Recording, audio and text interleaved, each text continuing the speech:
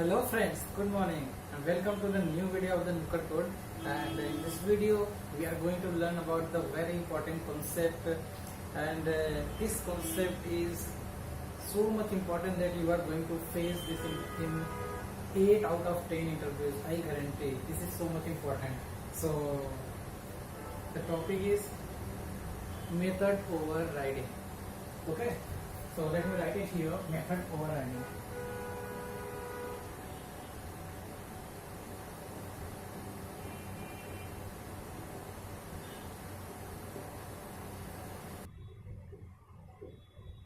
So what is method overriding? So by definition, method overriding is simply when a parent method declares some method and child is not satisfied with the method definition, then it can redefine the method.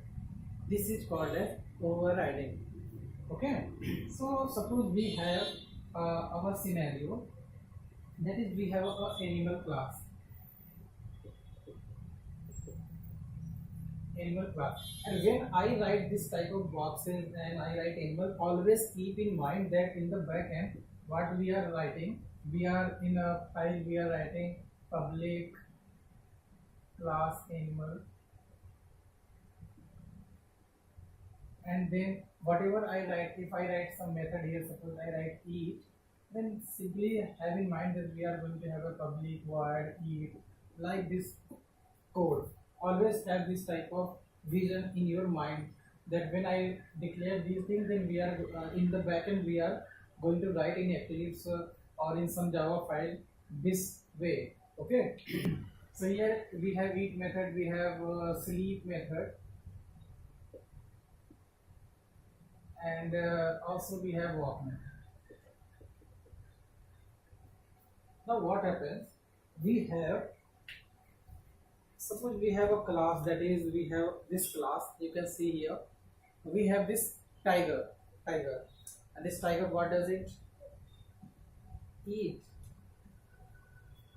So we extend this tiger, since tiger is an animal, so we can write it here as tiger. Okay, and what we have, all the three methods are available to tiger. This walk, sleep and eat, these are available. But suppose this eat method has a single line, that is, let me write it here, the eat method specifically, that is here it defined as like this, public void eat, and inside it we have system.out.println I eat grass.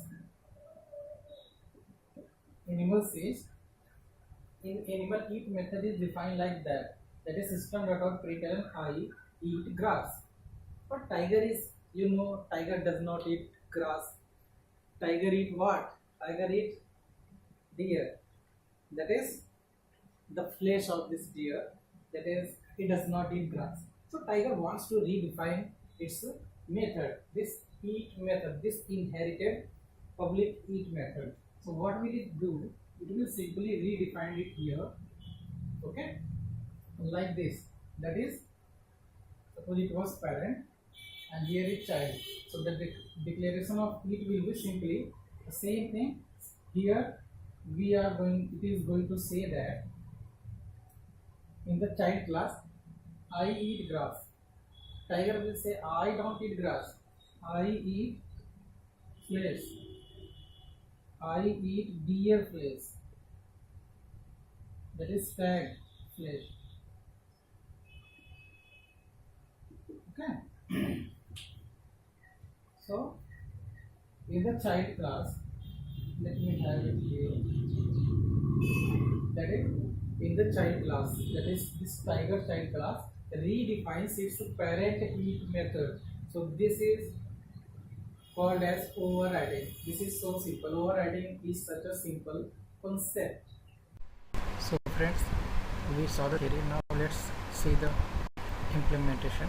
Here you can see I have animal class for you, and inside it we have eat method, and in eat method we have system.out.println I eat class, and we have tiger class which is extending the animal, and we have overridden this method eat method, and here we have a print statement, I don't eat grass, I eat stag by killing him. Okay, now let's see what happens when create the object in the overriding demo class here. So here in this line we have tiger t equal to new tiger and t dot 8. Okay, now let's run this application, this Java application, and see what the output. By the output should be this, I don't eat grass, because this is the overridden method. The child is redefining this method. So let's see the output.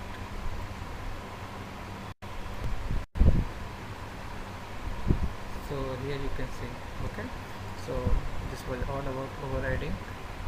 Now in the next video we are going to dive deep into the overriding rules. Okay, thank you.